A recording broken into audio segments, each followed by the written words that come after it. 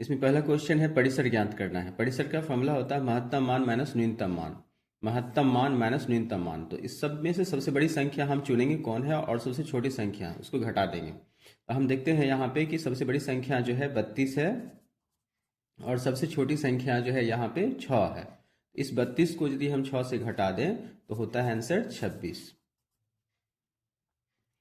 Next question है 16 का मिलान चिन्ह। ये बहुत ही ज़्यादा आसान सवाल है। जैसे इसका मिलान चिन्ह लिखेंगे हम लोग तो 1 2 3 4 लाइन देते हैं और एक इसे काट देते हैं और फिर 1 2 3 4 फिर एक लाइन काट दिए, 5 5 10 हो गया। फिर यहाँ पे 1 2 3 4 फिर 5 15 हो गया और 1 16। इस तरह से इसका मिलान चिन्ह ज्ञात किया जाता है। फिर वर्ग अंतराल का वर्ग चिन्ह ज्ञात करना है। तो वर्ग चिन्ह जो है, वर्ग चिन्ह का फॉर्मूला होता है उच्च सीमा प्लस निम्न सीमा अब बटे 2। मतलब जो भी दिया रहेगा वर्ग अंतराल में हमको वर्ग अंतराल निकालना है 15 से 25, तो दोनों को जोड़ के 2 से भागा करना है हमको। 25 प्लस 15 बटे 2, 5 5 10 हो गया, 3 1 4 बटे 2, आंसर हो गया 20। अगला क्वेश्चन है वर्ग अंतराल 2 से 5, 5 से 8, 8 से 11, 11 से 14 के वर्ग की लंबाई। तो वर्ग की लंबाई का फॉर्मूला होता है जो वर्ग दिया हुआ है, पहला वर्ग, दूसरा वर्ग, तीसरा और चौथा वर्ग है, इसमें इसका अंतर कितना है, उस सीमा माइनस निम्न सीमा। सीधी सी बात है, 5 में से 2 को घटा देंगे, आंसर होगा 3।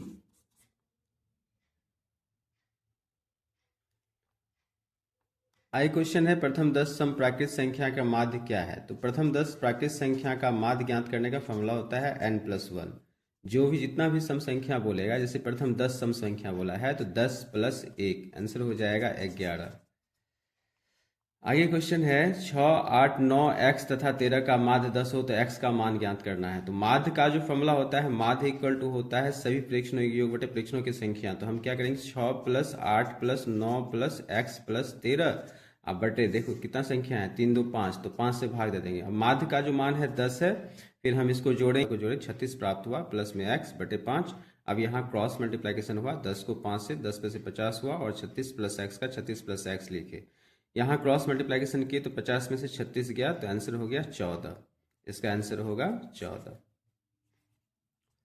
और अगला क्वेश्चन है कि यहाँ ज्ञात करना है बहुलक क्या है, दिए गए प्रेक्षणों का बहुलक क्या है। ये सब बहुत इंपॉर्टेंट क्वेश्चन है, ये पूछेगा ही एग्जाम में। तो हम देखते हैं कि बहुलक होता क्या है। तो बहुलक होता है सबसे अधिक बार आने वाला चरमान, वह संख्या से जो सबसे अधिक बार आता है। जैसे 25 25 25 यहाँ 3 बार आ रहा है, इसलिए इसका आंसर हो जाएगा 25।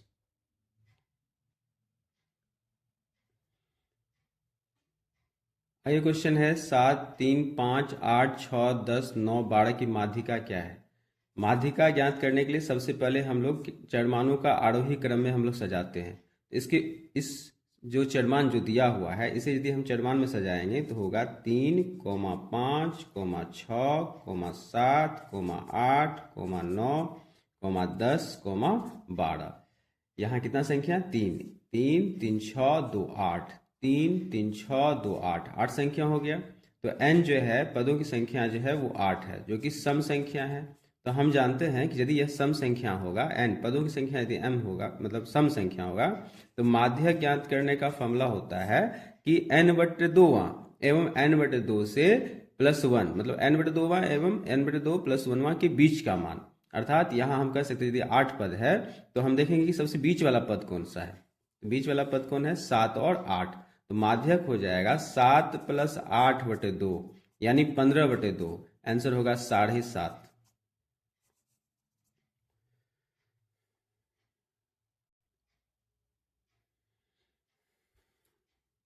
आगे क्वेश्चन है एक बारंबारता बंटन के माध्य तथा बहुलक क्रमशः 28 और 16 है, तो इसका माध्य क्या होगा ये ज्ञात करना है। ये भी बहुत ही ज़्यादा इंपॉर्टेंट क्वेश्चन में से एक है। इसमें हम लोग जानते हैं कि बहुलक का जो फॉर्मूला होता है वो होता है 3 गुना माध्यक -2 गुना माध्य। यह जो है कार्ल पियर्सन, जो एक बहुत बड़े गणितज्ञ थे, उन्होंने संबंध बताया था माध्य, माध्यक और बहुलक के बीच में। अर्थात बहुलक बराबर 3 गुना माध्यक -2 गुना माध्य होता है। इस स्थिति में हम लोग माध्यक बराबर लिख सकते हैं, माध्यक का फॉर्मूला लिख सकते हैं बहुलक प्लस 2 गुना माध्य और बटे में 3 आ जाएगा। और यहाँ यदि हम देखते हैं कि बहुलक का जो मान है वो 16 है और माध्य का मान 28 है, तो हम यहाँ लिखेंगे 16 प्लस 2 गुना 28 बटे में 3 आ जाएगा। इस तरह से 16 प्लस 28 गुना 56 बटे 3 और यह हो जाएगा 72 बटे 3, जो कि आंसर कटने के बाद 24 होगा। आगे है, इसी में आगे बढ़ते हैं तो इसमें कुछ ऐसे क्वेश्चन हैं जो परिभाषा से रिलेटेड है। परिभाषा मतलब कोई बड़ा बड़ा परिभाषा नहीं, बहुत ही छोटा चीज है। जैसे संचयी बारंबारता वक्र क्या कहलाता है, तो संचयी बारंबारता वक्र जो है वो त्वरण कहलाता है। त्वरण हम लोग प्रवृत्ति की माप किसे कहते हैं। अगला क्वेश्चन है केंद्रीय प्रवृत्ति की माप किसे कहते हैं, या इनमें से कौन है, ऑप्शन दे देगा। तो केंद्रीय प्रवृत्ति की माप क्या होता है, तो माध्य, माध्यक और बहुलक को ही केंद्रीय प्रवृत्ति की माप कहते हैं।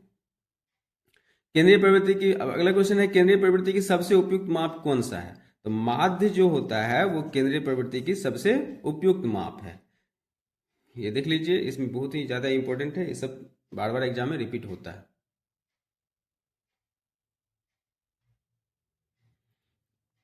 आगे क्वेश्चन है 3 सिक्कों को एक बार उछालने पर कम से कम एक चित आने की क्या प्रायिकता होगा। 3 सिक्के को जो उछाले जाते हैं तो इसके कुल संभव परिणाम होता है, या तो तीनों में हेड आएगा एच एच एच, या फिर टी टी टी मतलब तीनों में टेल आएगा, या फिर 2 एच और एक टेल आएगा, या 2 टेल और एक हेड आएगा, या फिर हेड टेल हेड आएगा। फिर क्या आ सकता है, टेल हेड आ सकता है, और टेल हेड आएगा, फिर हेड टेल आएगा। इस तरह से 3 सिक्के को एक साथ उछाले या फिर एक सिक्के को 3 बार उछाले तो इतना कुल जो है संभव परिणाम की संख्या जो होगा वह 8 होगा। कुल संभव परिणामों की संख्या 8 प्राप्त होगा। अब इसमें से बोलता है कम से कम एक चित आने की प्रायिकता, मतलब एक या एक से अधिक। कम से कम एक चित आने का अर्थ क्या होगा, एक या एक से अधिक हेड आने की प्रायिकता। चित और पट होता है, यानी हेड आने की प्रायिकता पूछ रहा है ये कम से कम एक बार। एक या एक से अधिक तो हम पाते हैं क्या कि यहाँ जो है टेल टेल टेल एक ही ऐसा कंडीशन है जहां पे तीनों बार टेल आ रहा है, बाकी सब में हेड तो एक ना एक बार तो आ ही रहा है। तो कुल 7 यहाँ परिणाम है जो जिसमें कम से कम एक चित आने की घटना है। तो हम इसका आंसर जो होगा वो 7/8 होगा। क्यों, क्योंकि यहाँ बोल रहा है कम से कम एक चित आने की प्रायिकता। कम से कम एक चित का अर्थ होता है एक या एक से अधिक चित का आना, इसलिए इसका आंसर होगा 7/8। आई क्वेश्चन है एक पासे को एक बार फेंकने पर 8 से छोटी संख्या प्राप्त होने की क्या प्रायिकता है। तो एक पासा जो होता है उसमें 1 से 6 तक ही अंक होता है, तो 8 से छोटी संख्या प्राप्त होने की, तो 8 से छोटी संख्या ही होगा। तो कुल इसकी जो घटना है उसकी प्रायिकता जो होगा, संभव घटना है उसकी प्रायिकता 1 के बराबर होगा। आगे क्वेश्चन है कौन किसी घटना की प्रायिकता नहीं हो सकती है। तो प्रायिकता क्या होता है, प्रायिकता का मान जो होता है हमेशा किसी भी घटना की प्रायिकता वो 0 से 1 के बीच में होता है, अर्थात 0 से बड़ा होगा और 1 से छोटा होगा। तो हम यहाँ देखते हैं इसके बारे में 0.6 के बारे में देखते हैं, तो यह क्या है 0 से बड़ा है, तो यह किसी घटना की प्रायिकता हो सकता है। और 20% का अर्थ हुआ 20/100, जो कि दशमलव के रूप में 0.2 होगा, और यह भी किसी घटना की प्रायिकता हो सकता है। लेकिन यहाँ यदि हम इसको डिवाइड करेंगे या पूर्णांक के रूप में लाएंगे तो एक पूर्णांक यहाँ पे हो जाएगा 2/5, तो यह हम देखते हैं कि 1 से अधिक है, तो किसी घटना की प्रायिकता जो है ये सी नंबर का ऑप्शन होगा। क्योंकि ये होगा किसी घटना की प्रायिकता में ये शामिल होगा, क्योंकि यह संख्या जो है 0 से अधिक है और 1 से छोटा है। क्यों, क्योंकि इसका हर जो है वो बड़ा है अंश से, तो यह संख्या 0 और 1 के बीच में स्थित है। अतः इसका आंसर जो होगा सी नंबर 7/5 होगा।